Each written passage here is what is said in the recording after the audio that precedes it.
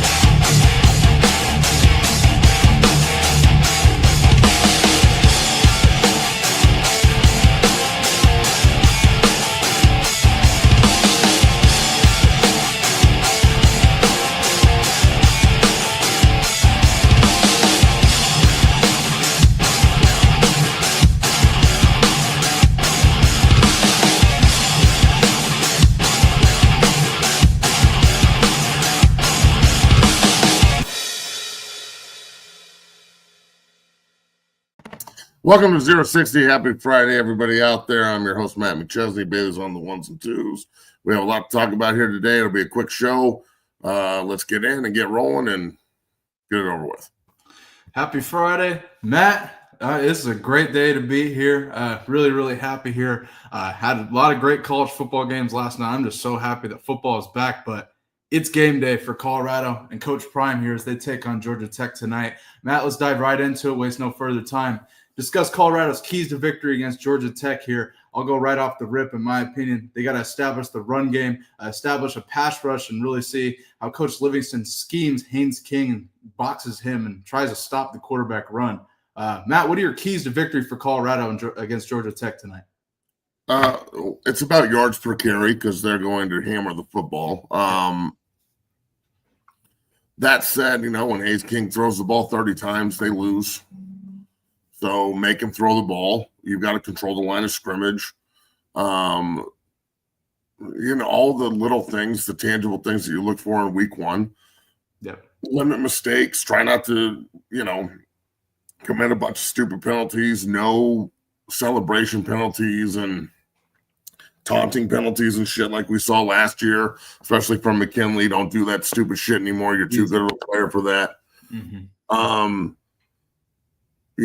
Being the ability to improve drive by drive offensively and defensively, come off the field and get better rather than just come off the field and get water.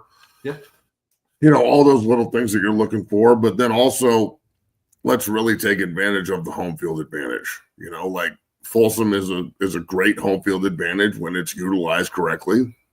It's a night game. They're coming from Atlanta to altitude.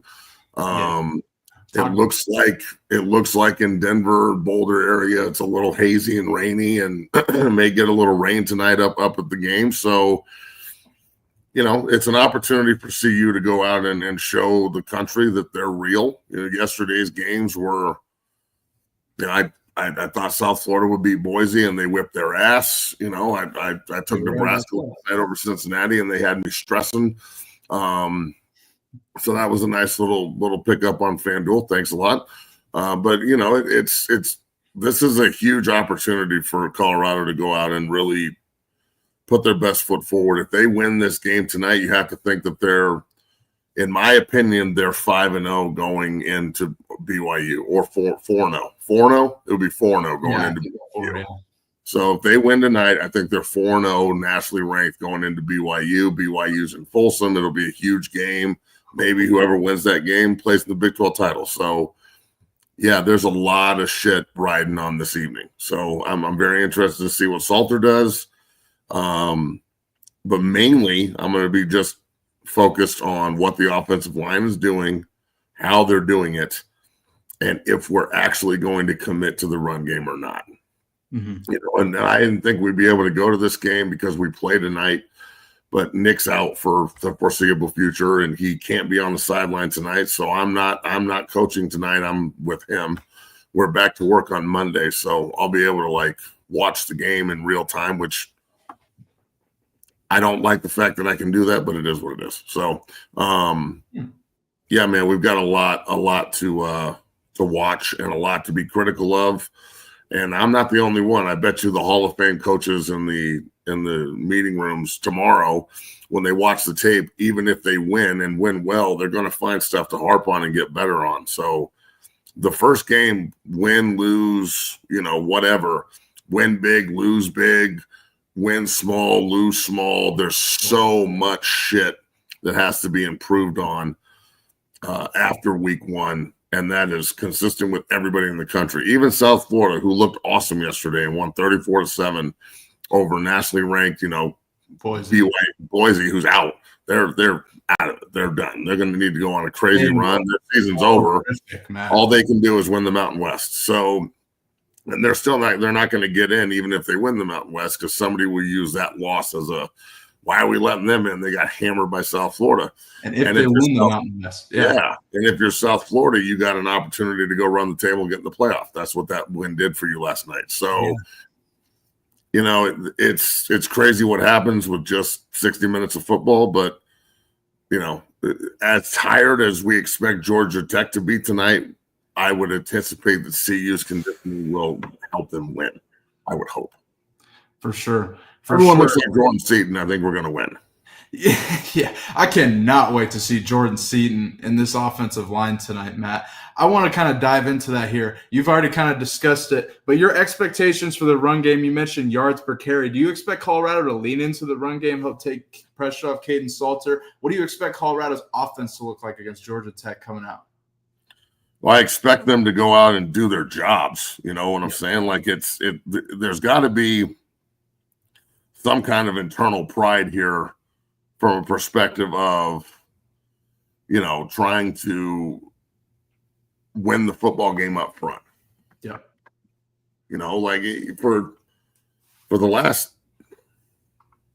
For a long time, especially under Coach Prime, but even the 1-11 year was just, everything was bad. Everything. There wasn't anything that was, let's be real, that was dog shit. Mm-hmm. But since Coach Prime has walked in, we'll just, magnify on that. The offensive line play has been atrocious. So even last year when it was average, it was still bad. So they've got to show Buffalo country, the Prime Sexuals, everybody, bro. They've got to show the country that Shador's not there to save you anymore, and Travis Hunter isn't going to break off any big runs tonight. So you better play as a team, and you better run the football, and you better have complementary football here, throwing and running the ball and RPO game and whatnot. I know that the Nebraska game was boring last night from an offensive standpoint if you're a layman. But if you're an expert, then I thought that they controlled the line of scrimmage and ran the shit out of the ball and played into Raiola throwing short passes to supplement that. Everything that they were giving him, he took. He only threw 13 incompletions, and they ended up winning the game. If CU wins tonight 20-17 and in a game where they run the ball for 180 yards and the quarterback's 33 for 46 for 250 and 2 touchdowns, I'm going to be happier than a pig in shit. So, I'm just using that as an example because that's the last thing I watched. But, the offensive line and the play calling and everything has to be synced up tonight. They can't get out there, and if Georgia Tech stops them on the first drive and they punt, and then all of a sudden they come out in 5 wide and just start throwing the ball over the field. Well, shit, I hope it works. If you're going to do that again, then it's got to work. Last year it worked until it didn't. So, I'm very eager to see what we're looking at tonight. No, absolutely. Absolutely. And shout out to Kenny Stats for watching here. He says, what's up, 6-0 and B? Thanks for the show as always. Hope you all had a great weekend and wishing 6-0 Junior a speedy recovery to keep kicking ass. Shout out to Kenny Stats for that. And he also gave the number. So shout out to him. Well, yeah, a great breakdown there, Matt. I think you're 100% true. I think Colorado's got to come out and establish the run game, and I mean they can't run away, they can't shy away from it. Can't really. I don't want to see a bunch of bubble screens and tunnel screens coming out and opening plays. I'm going to be extremely concerned if I see that.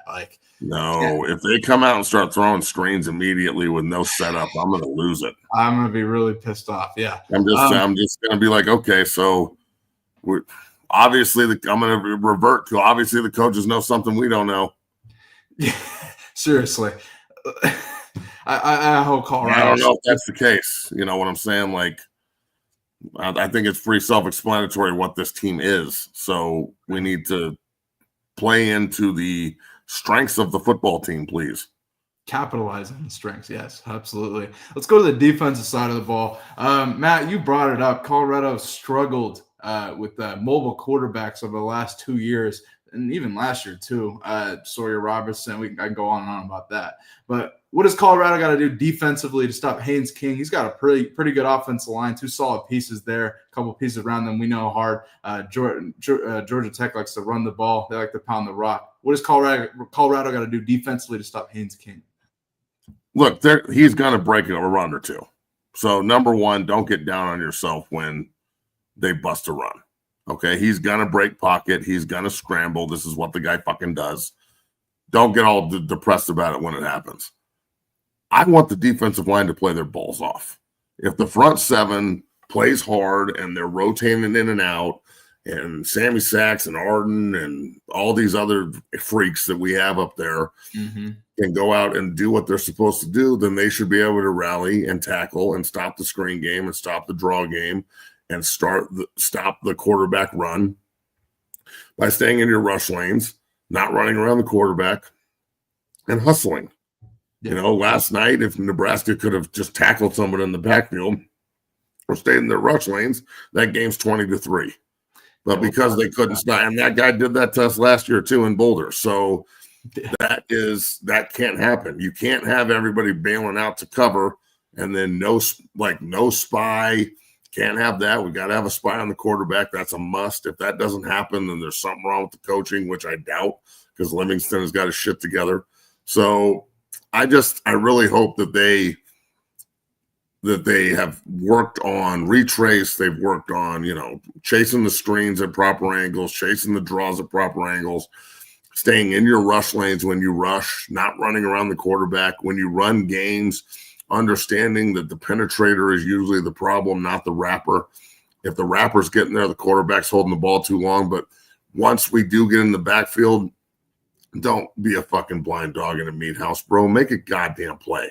So, this is another massive opportunity for CU to go out and shut down an aspect of the game that people don't think we can stop. So if I'm Georgia Tech, I'm running a ton of quarterback run. I'm running wheel routes out the ass. I'm running crossing routes out the ass because we've shown that we can't stop that shit. And I'm trying to get the ball out of Hayes King's hands as fast as humanly possible. And then, once if Georgia Tech gets a lead, then they're going to sit back and they're going to milk the clock and they're going to hammer the ball and try and shorten the game. That's how Georgia Tech beats CU. CU beats Georgia Tech by just simply going out and not fucking up and making sure that home field advantage is taken care of and everything we talked about at the beginning of the show. Essentially doing the same thing to Georgia Tech. Get a lead, put the clamps on them, let your pass rushers pass rush, and make Hayes King throw the football. Whichever team has to throw tonight is going to lose. Well said. Well said. And I think this is a big game for the interior defensive line tonight. I think we know what we're going to expect from Sammy Sachs and Arden Walker. I can't wait to see them get after it on the edge. But talking about Big Barnes, Amari McNeil on the inside, seeing Dave Rich in the chat talking about Brandon Davis Swain, possibly getting some time. I would guess 3 technique because he's an edge guy. But apparently he's bulked up. Might see some time on the interior defense line. But Matt, talk about that. Kind of Coach Sapp's group, the interior defense line, Coach Sapp, Coach Pecco. What are your expectations from them? To dominate. Yep. And it can't be like some passive shit. It needs to be absolute fucking domination. And if Swain's going to move inside, bro, that's not defensive end land. I played a ton of defensive end and a ton of defensive tackle, and you better get your shit together at 3 technique because that deuce block's coming. And then also, I believe this wholeheartedly as being a guy who played 3 technique there pretty well, in my opinion. When you have a good 3 technique, your defense is going to be really, really good. You're going to make plays, you're going to win games, and you're going to make it hard on the other team because the 3 technique in past situations, a lot of times 3 technique has 2-way go, and he can really get after the quarterback. I had 9 sacks my senior year from 3 technique. That's pretty fucking hard. That's so legit. Yeah, like if McNeil can go out and be Texas Tech McNeil all the time, that's a dominant 3 technique, not just doing it once. So that, this team needs that guy, and they've been trying to find him forever, whether it's Branch or bringing in the big kid from Alabama, Otis, who obviously isn't he's not starting, so we'll see what happens with him. Moving Swain inside, he's starting to obviously the Alabama transfer kid didn't really work out that well if Swain is moving to 3 technique inside. Now, they want bigger bodies inside. Yes. That's why they have Branch and the big kid from Alabama, Otis, right? Well, if he can't fucking play or he's just soft or has one move like Seton has called him out to do, then you have to move a defensive end inside that you bulked up. And I guarantee you Swain plays harder. That's why he's got this job. 100%. He plays harder, he plays faster, and he's probably more physical. But I guarantee you he doesn't look the part like this other kid does, which, look like Tarzan, play like Jane. That's a real fucking thing. So I hope that this kid goes in and just turns into, Cole the Conqueror and just fucking goes in there and starts killing everybody. But usually how you practice is how you play, bro. So if you're lazy in practice and you do one move, you're going to be lazy in the games and do one move. If you don't chase the ball in practice, you're probably going to watch the ball run away from you in a game. And, that's kind of shit just can't happen. The defensive line, this is a defensive line game. This is the kind of game as a defensive lineman where you get sacks, TFLs, and tons of tackles if you just read your fucking key, play the double team correctly, and do your goddamn job and play hard. Period. I need to see defensive linemen sprinting down the field, making plays, chasing the ball. I want to see Arden Walker make a 30-yard chase down fucking tackle. That's what we're looking for. I'm with that. So yeah, man, this is all about the trench tonight on both sides of the football. It definitely is. And one of the pushbacks that I've heard from several people talking about Colorado, who I don't think really dive into the rosters or really the players that they've acquired. Kind of pushback is they've lost Shador, they've lost Travis. What are they going to do at the receiver position, Matt? Well, I think Colorado is extremely deep at the receiver position. We've talked about it. I'm excited to see Marion Miller, Sincere Brown, and somebody else I'm excited to see, Quentin Gibson here, the freshman. Coach Prime had him break down practice here in their walkthrough, and he says he might have a big day. Matt, take a look. Just did shout dog 15. I think you're gonna have a big day. Let's go. Win on me, win on 3. 1, 2, 3. As a true freshman, could be expecting a big day from Q for 6. But Matt, what do you have to say to Colorado's receiving core for Caden Salter before we move forward? When he throws you the ball, catch it. If we're not going to throw the ball that much, you can't drop it. Well said. Okay. So big plays have to be taken advantage of. We can't miss the deep shots because they're going to take them. Yeah. They're going to play action. You can't miss it by 3 or 4 yards. Those plays will come back to haunt you when your receivers are running open. I don't know. Find me a secondary that can run with CU's receivers consistently, and I'll show you a secondary that's incredible. But usually CU's receivers getting open and having success is not really the problem. So I don't expect Georgia Tech to be able to slow them down necessarily. If we get over our skis and start throwing the ball too much and we start turning the ball over, that's the way that we lose. But again, if we play discipline, don't turn the ball over, don't fuck up on penalties, and get better each drive by going and sitting down and talking through what we're doing and how we're doing it, I think that this team has a very legit chance to put it on Georgia Tech and look pretty good doing it. If they get into a dogfight, you have to be able to run the football in the dogfight. Because if you can't run the football in a dogfight, you're giving them back the ball an awful lot in a hurry. Exactly. Yeah. So especially with the up-tempo offenses the way they are these days, like you could go out and run 3 plays in under a minute and just punt the ball back and be like, well, that sucked. So I need to see 40 carries, bro, 45, 50 carries. Let's go. I want Salter to have 15 carries. I'm with that. And it has to happen. Yeah, 100%. Well, we're going to get to our predictions and betting at the end of the show. We're going to do a whole betting segment here at the end, but good to get Matt's keys to victory here as Colorado takes on Georgia Tech tonight here in Folsom. I can't wait to discuss that. Let's go forward here in some news before we take a brief break, come back and discuss betting and the games from last night here. Some Colorado front, an interesting stat published by Scott Proctor over at DMVR. Shout out to him. Colorado used 23 different offensive line combinations last season, Matt. I think that's an interesting stat there, a little tidbit. I think Colorado this season, that might be a different, a little bit smaller of a number. We'll see. But I'm excited to see Colorado's offensive line this year. We discussed the personnel at length. Jordan Seaton, Xavier Hill, that left side's going to be legit. But what do you think about this stat here? Just revealing about last season at least. Well, usually veteran teams like this win football games. Sure. So, if you need any more motivation, this is literally your last time to play 38 guys. That's half the fucking roster. So half the roster is going to be gone next year again. I guess the transfer portal is going to be rather busy again in the offseason, which is the way things work. Yeah. That's pretty crazy. That's a crazy number. But it gives me a lot of faith that they're actually going to be pretty good, because veteran football teams, especially when you're talking about like these days, a veteran football like back in the day, a veteran football team was like a couple of fifth-year seniors and seniors. Now you've got like 26-year-old grown men who should be in the NFL already. Cool, different. Like rolling around the sideline who've been playing for 6-7 years. So veteran teams are different these days. You got a bunch of dudes on this list that 10 years ago wouldn't be on this. They'd be graduated out already. So seriously, yeah. It's I think it's a good thing. It's either a really good thing or a really terrible thing. Like I really believe this. There's no in between. I said this on JB show this morning. We're either winning 8, 9, 10 games or we're losing 8, 9, 10 games. I don't think 6 and 6. No middle ground. Yeah. No, I don't think there's going to be a lot of middle ground.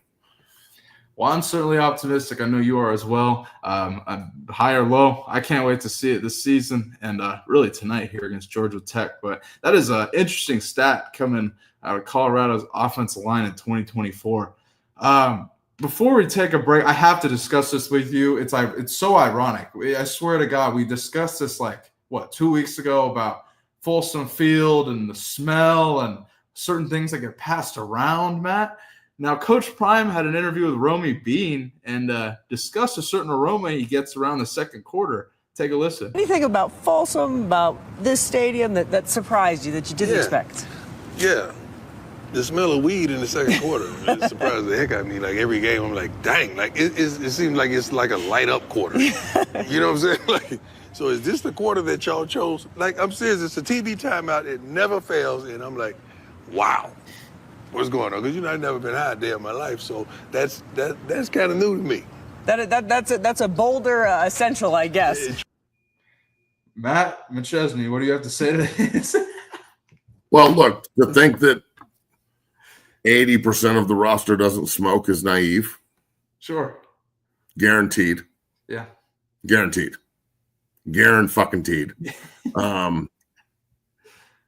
Weed is legal in Colorado. It's going to be everywhere tonight. And now that he said that too, and this clip has caught fire, just imagine it's going to be great. It's like the second quarter is going to be straight light up, dog. There's going to be the biggest fucking cloud of smoke you've ever seen in your life. So, I mean, last year when Nick and I were up there for the Baylor game, there were guys smoking blunts behind the players that were being recruited, like trying to pass us blunts and shit. And I was like, this is probably not the right time to be hitting blunts and shit, let's move over here.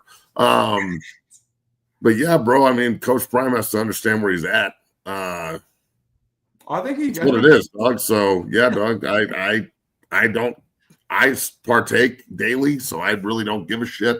I think people that like are walking around like acting all high, man. You're playing a character that you saw in a fucking movie. Like no one actually acts like that when they're stoned. That said, you know, it's what it is. I don't know how they're going to stop this. Like from vape pens to fucking just sneaking stuff in. Like there's zero chance that you can stop this from happening.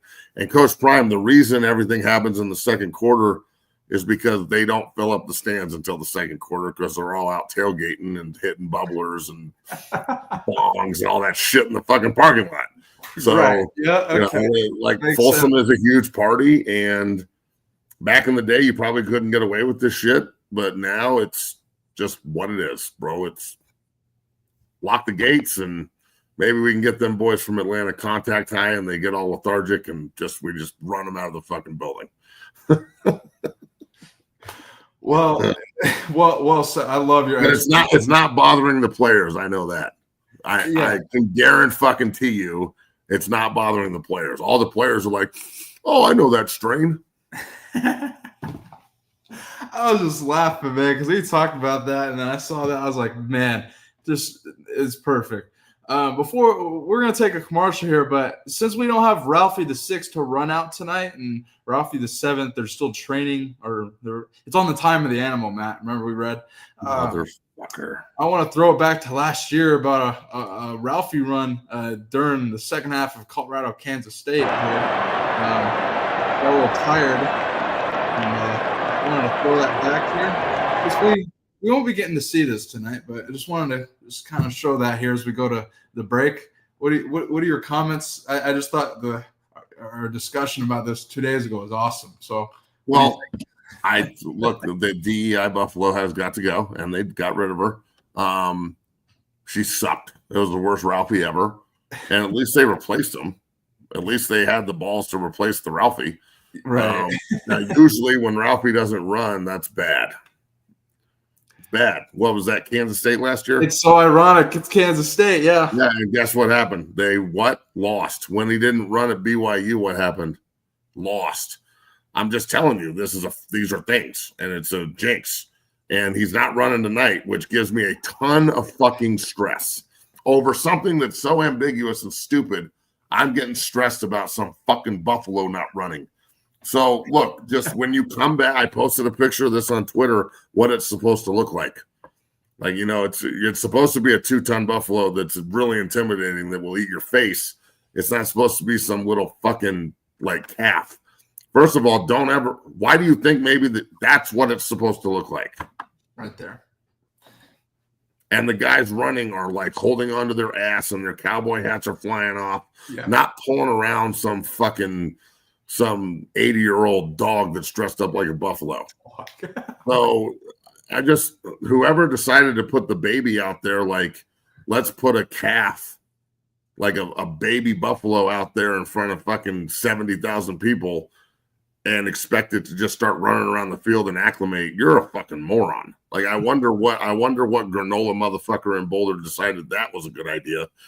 But let's just get it. I don't care if the Buffalo gets off the handle and runs a player over on the other side. I don't give a shit. That's not my problem. There needs to be some fear, bro. Look at some of the old school clips of, like, when they used to run Ralphie back in the day and they would run it down the opponent's sideline and everyone on the sideline is, like, running for their fucking lives, getting out of the way, including Tom Osborne. There's a famous clip of him standing there. Ralphie runs around the corner and Tom's like, fuck!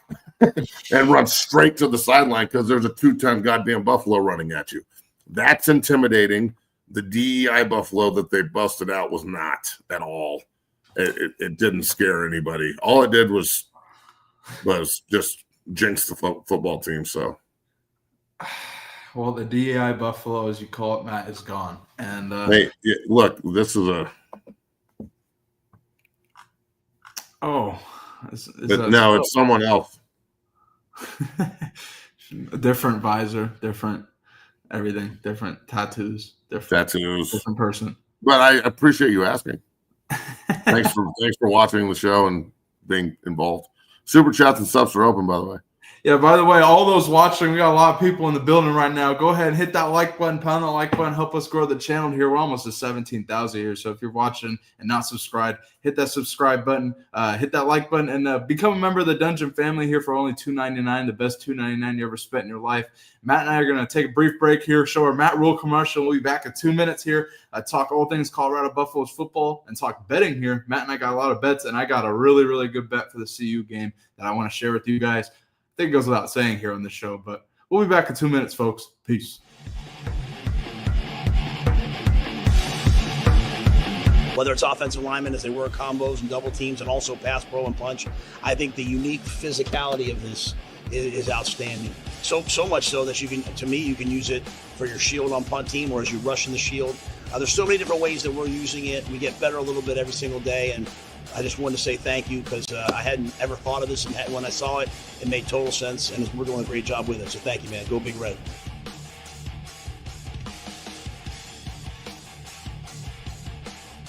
What this has done for us is it's allowed us to, because of the surface area, because of its firm nature, I can still strike against another player and have to use that punch just like you do on a sled. At the same time, have to time my punch because it could move. I can teach defensive linemen how to handle double teams because they can feel pressure. We can simulate contact in a safe environment in non-contact times because of this unique bag.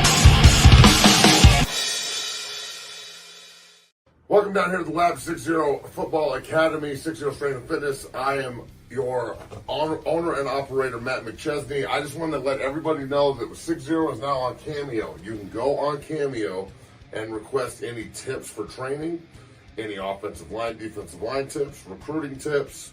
I get so many inquiries in my inbox on a daily basis about tips and can you look at my film and can you do this? Can you break down something for me? I'd love to. All right? It's like the Joker said, my man, right here. If you're good at something, never do it for free. So Cameo is now your bridge to 60 Football Academy. Go in, request what you want, tips, suggestions, recruiting, film, and we will make sure that you get the absolute best from the best. So check out 60 on Cameo at 60 Academy. Cameo, 60 Academy. Cameo, 60 Academy.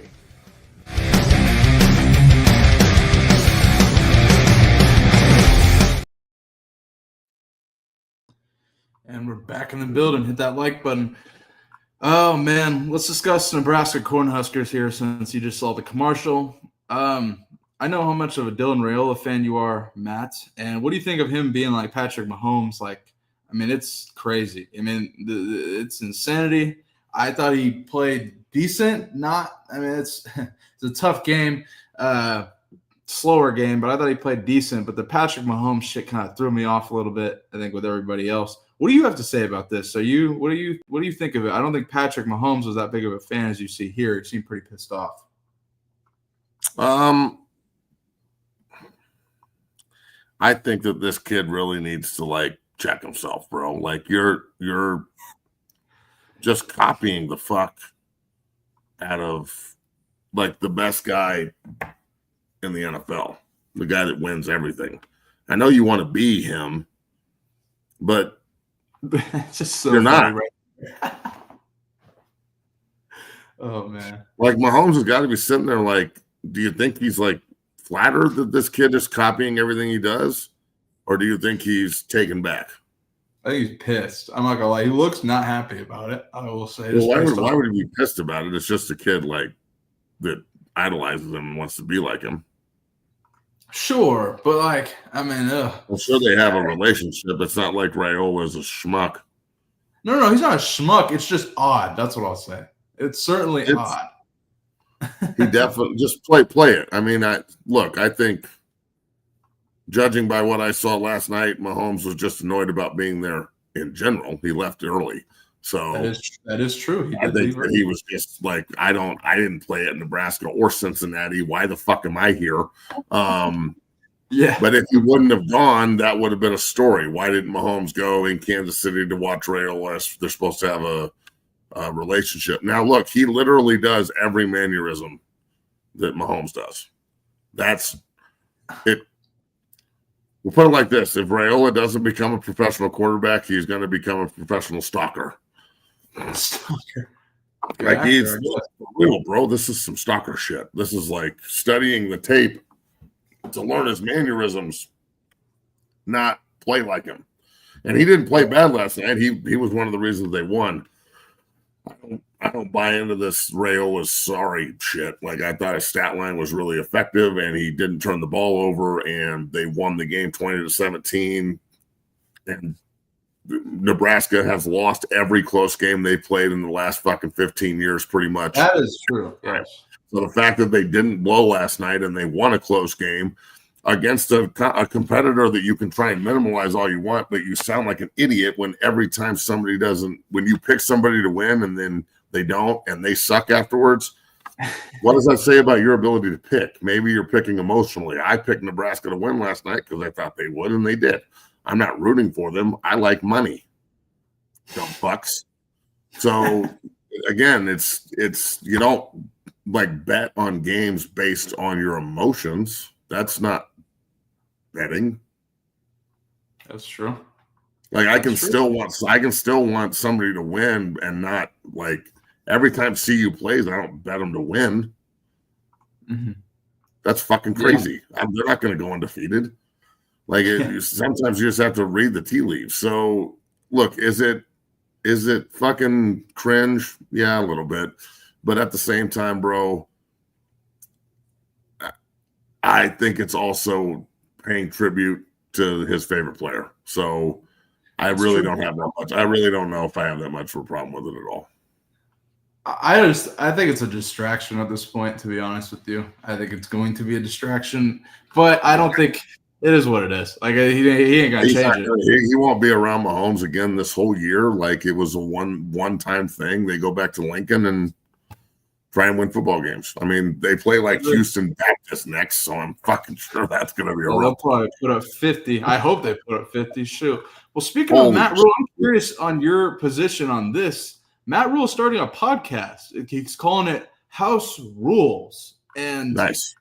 He's taking like an unfiltered approach here. I wanted to show you like the intro of it and then get your take on it. Matt Rule, and this is House Rules.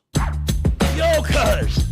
Yo, Matt. Why this podcast? I'm the one behind the scenes here. I got questions too. He smacked them across the face. That's Nebraska. Good people, blue-collar people, tough people. I got nothing to lose. This is my fourth head coaching job. I'm curious on your opinion on this as an active head coach here with the podcast. I'm not opposed to it. I actually am kind of open to it in this era of college football. What do you think about this? I think it's smart.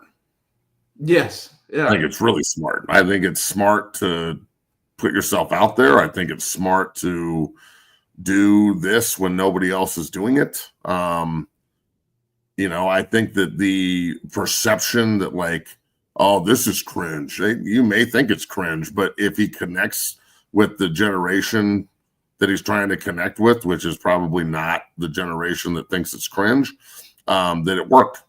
And any and all opportunities to help with recruiting or get the, the fact that look, you can think whatever you want about what I'm about to say, but if Coach Prime wouldn't, when we were doing the Coach Prime search, CU offered Matt Rule the job. Mm-hmm. And he said no, went to Nebraska. This is common knowledge. Everyone knows this. And if Coach Prime wasn't going to be the coach at CU, that's the guy that I wanted. And I think he's a great coach and he builds programs and he just happens to be the coach in Nebraska now, but I'm not using that against him. I have a great relationship with this guy. He recruits the shit out of a bunch of my players. And I think they do things right in Lincoln. And I think that the potential rivalry between Rule and Sanders is real. They're 1-1. Osborne and Coach and Rick George and everybody. It's not Trev Alberts anymore. I don't know who the new AD is in Lincoln, but they got to figure out a way to play every year. I think Matt Rule is a great coach, and I don't have a problem with this at all. And in fact, I think it's really fucking smart. Troy Dannon as the AD. And I don't know why Coach Prime doesn't do it. He doesn't need to. A Coach Prime podcast would. I don't know if he needs. Yeah, that's a good point. I don't know if he needs. I think he's got enough I think he's got the pregame and, Nelly and Bucky's everywhere anyway. Bucky and everybody else that does the job for him already. You know what I'm saying? Like, he doesn't really necessarily need to do it all. But I'll tell you this, Coach Prime did a podcast. It'd be the most popular fucking podcast in the country. Everybody and their fucking mother would be listening to it. He'd do one show a week after the game. Bro, that shit would fucking that would be the biggest thing ever. That would be huge. Absolutely fucking blow up. Yeah, here's a good question. Could you see your son going to Nebraska? Would I be against it? I could absolutely see my son going to Nebraska, and no, absolutely not. I would not be against it in any way, shape, or form. And you know what? Matt Russell's helping me through this because Reese Russell is being recruited by Nebraska super fucking hard. And if Matt can handle it, then I can handle it. So, yeah, it's not about us, bro. We already did our time. It's about the kids. If they recruit the shit out of Nick and he wants to go there, I'm going to support it full 100%. I'll never wear red. I'll go to the game and wear 6-0 gear. I'm never, ever going to put an N on my body. But I support you going there and playing there. I think it's awesome, and it'll give us something to talk shit to each other about for the rest of our lives. So, yeah, fucking A. I have no problem with it at all. You have to understand that I already played, so I don't live vicariously through my own kid and then all the guys that I train and help. That's fucking ridiculous, Speaking of which, Jackson Roper just got, let's see, who did he get most recently? He got Washington last night. SMU offered him the other day. You want to know who still hasn't offered him? Fucking CU. Shit, man. We got to get him up there because I was talking to him about it, and they're like, yeah, we're going to offer him when he comes up on a visit. And I'm like, we need to make this happen immediately. You guys play on Friday night. Figure this out. We got to get this done. Shit. Seriously. I'm sure we're going to be up there in the next week or two, but he's going to Oklahoma next week, and he's going to LSU, and he's going to Notre Dame, and we got to fit CU's got to get in where they fit in, homie. I mean, get in quick. I mean, he's going everywhere, it sounds like. Yeah. Shit. If you guys I'm going to get fucking persecuted again because McKinney doesn't want his guys to play there. I can't wait. It's going to be a whole thing. Colorado getting the brain with Jackson Roper. But shout out to him. He's on fire, getting all kinds of love and action from different schools around the country. Shout out to him. Bro. It's what we do.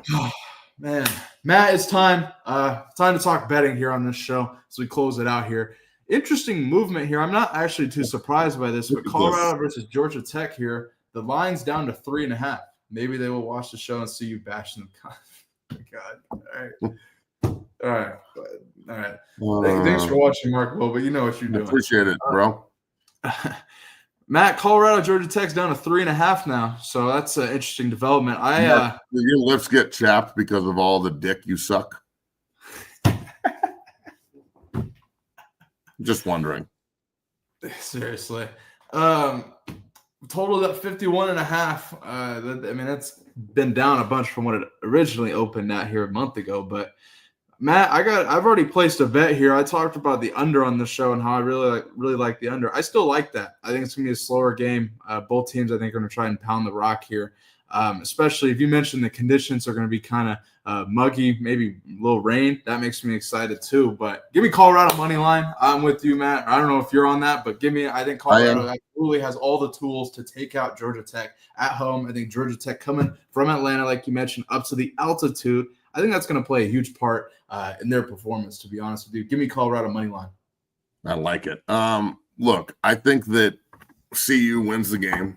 I'm taking a money line too. My parlay for today and tomorrow is I took CU, Baylor, Ohio State, and LSU. Those are my four. Oh, we don't agree. Oh, okay, we're gonna talk about those guys. Yeah, I know, because you think Texas and Clemson are gonna win. That's right. That's right. That's right. Okay, listen here, Mark. I'm not going to the game tonight, but homeboy, we will send you the address to the gym, and I'll send you my personal phone number so me and you can go meet in any parking lot at any time you want so I can reconstruct your fucking face. Dog, don't come at me like we're equal. We may be the same. Yeah, we bleed red and breathe oxygen, but we aren't. We may be equal, but we're not the fucking same, dog. And don't act like we are. Stop. And with that, you're gone. What the fuck?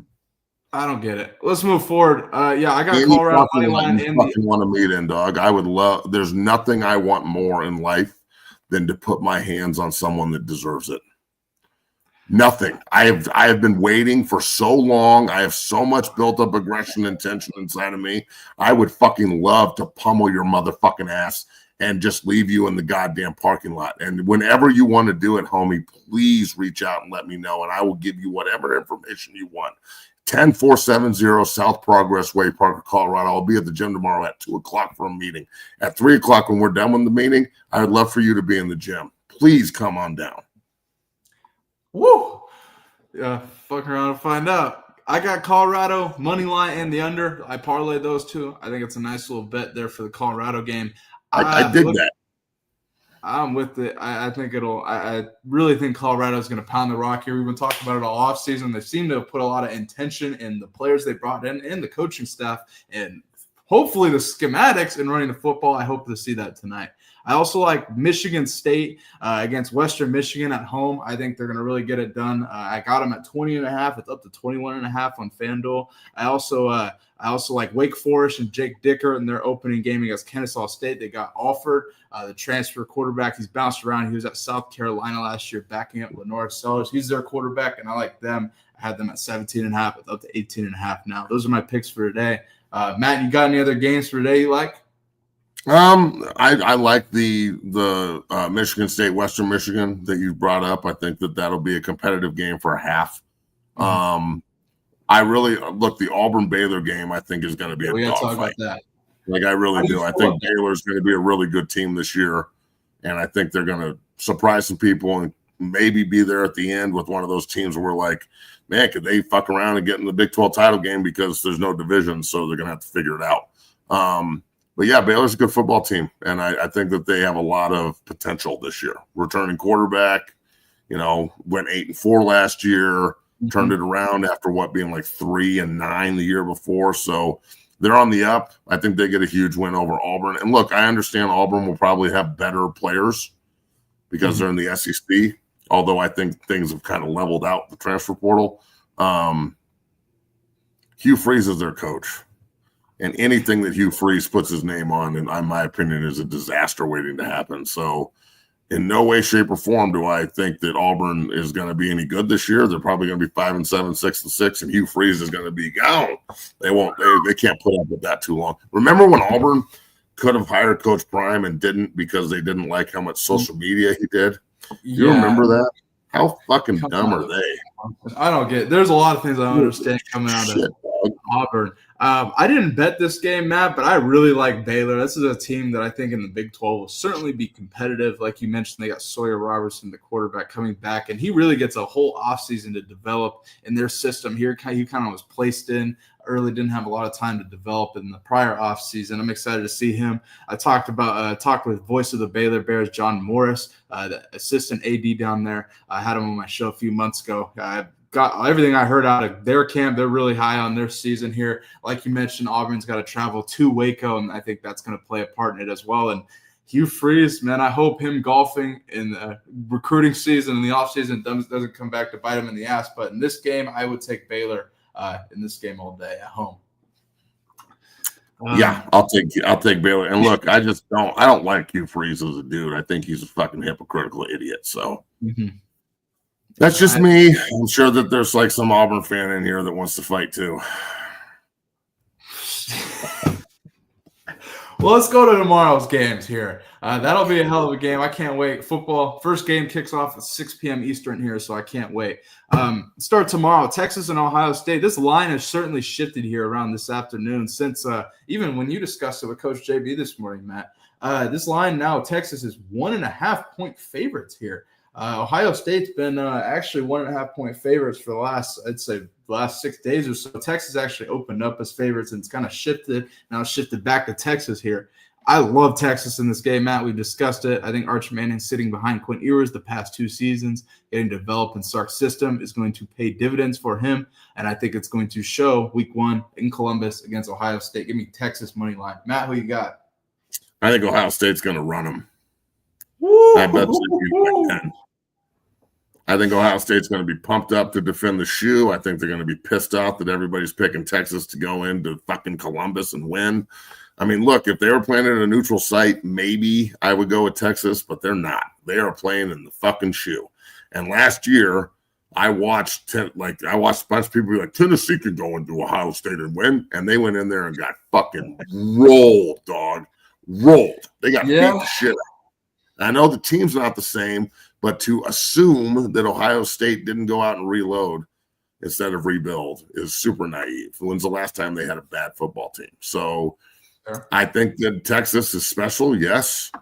Whoever loses this game, their season is far from over. Like, they're probably both going to make the playoff. I wouldn't be surprised if they play again. In fact, the last time I watched them play, didn't Ohio State beat them up pretty good? Sure did. So that's going to be the motivation for Sarkisian. He's hoping they can win. I think Ryan Day knows that he's got home field advantage and 100,000 fucking screaming Buckeye fans, and it's different, dog. Like, that atmosphere is even, in my opinion, it's the best home field advantage in college sports. So have fun, Texas. I just don't see it happening. And it's at 10 o'clock in the fucking morning. That is true. It's at noon, it's noon Eastern. Yeah, it's early one. It's big noon kickoff. It's at 10 o'clock in the morning here. It's a noon game. There's bro, I know that doesn't seem early, but that's just early. They're up at 7 o'clock. Yeah. Buckeyes didn't have to travel. They're sleeping in their own beds or in their own hotel. Texas has been doing all the travel. They're up early. They're playing early. We'll see what it looks like, but I'm going to go with Ohio State money line. Okay, Matt's got Ohio State money line. They are currently 1.5-point dogs here. You can get Ohio State money line here on FanDuel -105 here, so head on over there. Couple bets that I like for this Saturday here. I've kind of been plotting this over the week, but I like Georgia to cover the spread. I think they're playing Marshall. Marshall, Matt, as you know, since the Charles Huff departure here, has certainly seen an exodus of players in the transfer portal, and I think Georgia could certainly cover 38.5-point spread against them. I like Oklahoma -35.5 in their opener. I'm excited to see John Mateer and having his OC Ben Arbuckle down there. They got Jaden Ott, who I'm excited to see several players at the running back position. And then I also like Oregon. I think the 27.5-point favorites against Montana State. I think it might be down to 26.5, but I think Montana State lost Tommy Mellott last season and won the Walter Payton Award. And I just think that Oregon, having Dante Moore and certainly a reloaded roster with Dan Leding, certainly can cover 28 points against Montana State, a reloading one at least. Matt, you got any other picks you like for tomorrow before we move to Sunday? No, I think that we've pretty much closed the door on all that. I think tomorrow's game mainly is Texas, Ohio State. There's some other great games. I like the LSU Clemson game. Is that Sunday or is that Saturday night? That's Saturday night. I believe that's Saturday night. Matt, LSU, I think that's going to be a great game. I'm taking LSU on the road in that one. Matt, I got Clemson money line in that. I don't know if I like the 4.5. I think it's a little tricky. I think they could win on a field goal, but I would definitely say Clemson money line. I just think Clemson all around roster wise is much better. And I think Dabo, this is his season to really stick it to people who have come at him over the last few years with his methodology of staying old school, not necessarily diving and dipping into the transfer portal. I think they have an extremely talented defensive line that I'm excited to see against LSU's offensive line, who have lost a few pieces, and I think that's going to be a key part in the game here. Cade Klubnik, arguably one of the best quarterbacks in the game, if not the best quarterback in college football, I think can really have some success against LSU's defense. So giving Clemson money line, but I don't know if they cover the 4.5. in my opinion. Matt and I are kind of indifferent on that game. Going to Sunday here, Notre Dame, Miami. Matt, I don't know how you feel about Carson Beck, but I'm not buying the smoke at all. I think Notre Dame is going to run the ball at ease against Miami here. Give me Notre Dame to cover 2.5 on the road in Hard Rock. Yeah, I'm going to take Miami at home. Ooh, you're betting on Carson Beck, Matt? I would have never thought. Yeah, I'm betting on Mario Cristobal and the ability to take it out of Carson Beck's hands and be physical and run the ball the same way that Notre Dame's going to. So that's going to be a great game. Mm-hmm. I think the key to that game is, can Miami stop Jeremiah Love? And to me, right now, if I'm predicting it, the answer is no. I think he's going to have a lot of success. That's like the kid that got behind him as well. And I think Notre Dame offensively on the offensive line is certainly formidable. I'm excited to see what they do. One more game I want to ask you about, and we can discuss this on Monday, but let's preview it here. TCU takes on North Carolina in Chapel Hill, and Bill Belichick and the Tar Heels' first game. They got Gio Lopez, a South Alabama transfer, starting at quarterback here. He's a lefty. Had a good season in his true freshman year with Major Applewhite, South Alabama last year. Now he starts for the Tar Heels. Matt, North Carolina is actually 3.5-point underdogs at home. I got North Carolina money line all the way, but who you got? I think North Carolina wins in Belichick's opener at home. I think TCU is a good football team, but I also think North Carolina is probably going to be pretty good under Belichick. So, especially in the weak-ass ACC, there's going to be quite a bit of points scored in this game, I would bet. You know, like I doubt Bill has his ideal personnel in there. I don't see Willie McGinnis and fucking Richard Seymour running out the tunnel. So, I'd imagine he's going to find out pretty soon that the college player and the pro player are two different players. But yeah, I think it'll be entertaining. I'm eager to see how Belichick handles the college game. You know, he's freaking out and fucking, you know, over there throwing shit around. The college kids, this generation might get really offended and like call the HR department and have a fucking pepper dog on the sideline and shit. So just be aware of your surroundings, Bill. Be careful. Yeah, seriously. Well, yeah, I think what you mentioned is certainly true. In the quarterback battle, Josh Hoover down at TCU versus Gio Lopez. I'm really excited to see it. Michael Lombardi, the general manager at North Carolina, they've brought in over 60 different transfers, different players. They've really overhauled that roster. I think it's going to be a whole new look Tar Heels here in Chapel Hill. So I got North Carolina money line here. I've been talking about them the whole offseason. I can harp on them all day, but give me UNC at home in their opener here, Matt. And yeah, we're both going with UNC. Both rolling with UNC. And with that, we'll conclude the betting segment. Folks, this has been a great show here on this fine Friday. If you're watching, go ahead and hit that like button, subscribe, become a member. We've got several people who've already membered up here. Continue to hit that member button, become a member for only $2.99. Best $2.99 you ever spent in your life. And we'll be back on Monday here to react to Colorado versus Georgia Tech. However it plays out, I think Colorado's about to whip some ass tonight, run the football, punch somebody in the mouth, and I can't wait to see it. Matt, do you got any score predictions here before we get out of here? I'll kind of let you go first here. Any score predictions for this game? CU wins 27-20. 27-20. So that'll put it still under. I'm like, part of me feels like 21-17 Colorado. That's what like my gut tells me, and I just will roll with that. I think it's going to be a really like gritty, lower scoring game where we're going to really see what Colorado's trenches on the offensive and defensive line are made of. Same with Georgia Tech, but we know they're coming in to try and punch Colorado in the mouth in that aspect. So I think it's going to be one of those. Apparently somebody thinks we're wearing all gold tonight.